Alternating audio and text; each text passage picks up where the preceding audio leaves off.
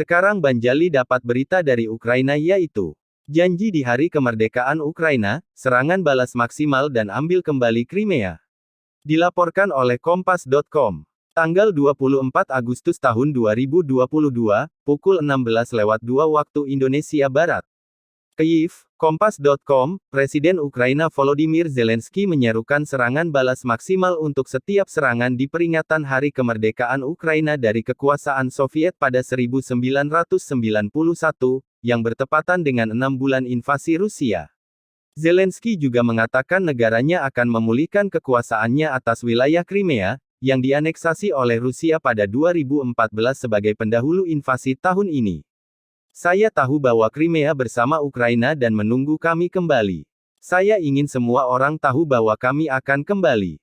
Ketika kami kembali dan memperbaiki semua yang dilakukan penjajah di semenanjung Ukraina kami, kata Zelensky dalam pidatonya di KTT Platform Crimea pada Rabu, tanggal 23 Agustus tahun 2022, dilansir dari Al Jazeera. Lebih lanjut, kata dia, seluruh dunia perlu menang dalam perang melawan agresi Rusia untuk mengatasi teror dan mengembalikan prediktabilitas dan keamanan ke wilayah kami di Eropa. Oleh karena itu, perlu untuk membebaskan Crimea dari pendudukan, di mana agresi dimulai, di sana ia akan berakhir.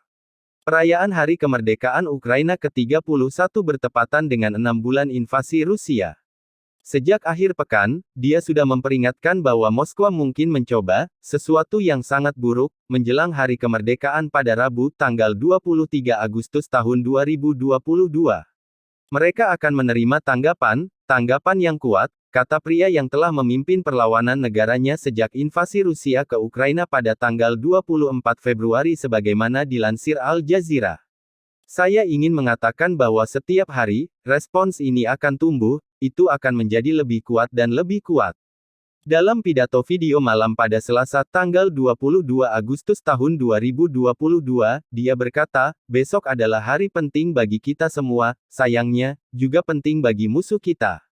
Kita harus sadar bahwa provokasi Rusia menjijikkan dan serangan brutal mungkin terjadi besok.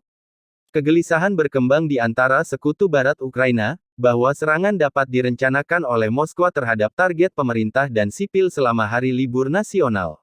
Amerika Serikat (AS) memperkuat kekhawatiran itu ketika kedutaan besarnya di Kyiv mengeluarkan peringatan keamanan pada Selasa tanggal 22 Agustus tahun 2022.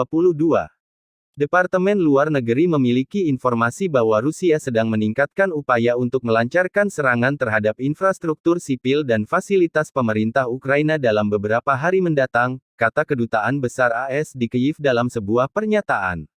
Warga AS harus meninggalkan Ukraina, sekarang, dengan opsi transportasi darat yang tersedia secara pribadi jika aman untuk melakukannya dan jika memungkinkan, kata kedutaan. Spekulasi bahwa Rusia merencanakan serangan bertepatan dengan hari libur, menyusul larangan perayaan Hari Kemerdekaan di ibu kota Kyiv, yang dikeluarkan oleh pemerintah Ukraina.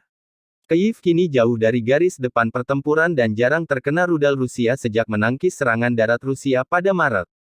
Sesuatu yang sangat kejam. Selama akhir pekan, Zelensky sudah merasakan ancaman yang membayangi ketika dia mengatakan dalam pidato hariannya bahwa, kita harus sadar bahwa minggu ini Rusia mungkin mencoba melakukan sesuatu yang sangat jahat, sesuatu yang sangat kejam. Meningkatnya kekhawatiran juga muncul di tengah klaim Rusia bahwa intelijen Ukraina bertanggung jawab atas bom mobil di Moskwa, yang menewaskan Daria Dugina, 29 tahun putri seorang analis politik sayap kanan terkemuka Rusia.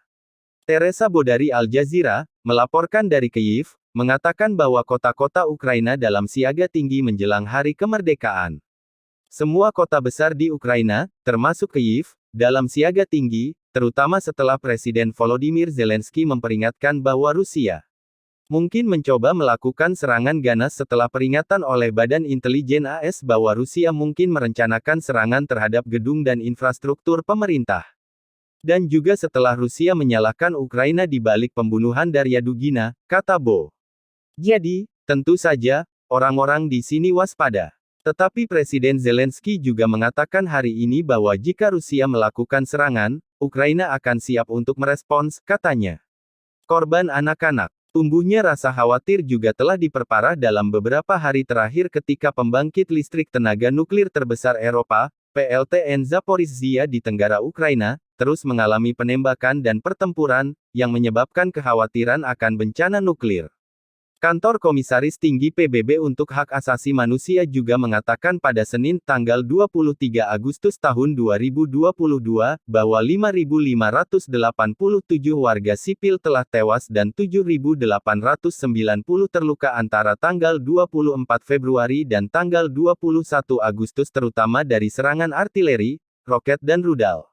UNICEF, Badan Anak-anak PBB, mengatakan sedikitnya 972 anak tewas atau terluka selama 6 bulan invasi Rusia ke Ukraina. Penggunaan senjata peledak telah menyebabkan sebagian besar korban anak-anak. Senjata-senjata ini tidak membedakan antara warga sipil dan kombatan, terutama bila digunakan di daerah berpenduduk, kata UNICEF dalam pernyataannya. Perayaan Hari Kemerdekaan Ukraina ke-31 bertepatan dengan 6 bulan invasi Rusia.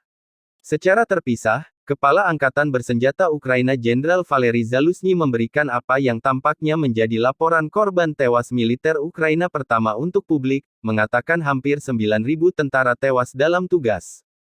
Rusia belum mengatakan berapa banyak tentaranya yang tewas.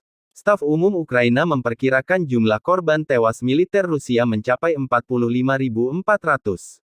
Verifikasi independen atas kerugian militer di kedua belah pihak tidak mungkin dilakukan menurut laporan Al Jazeera. Demikianlah berita ini disampaikan dan jangan lupa like dan subscribe. Assalamualaikum, Merdeka!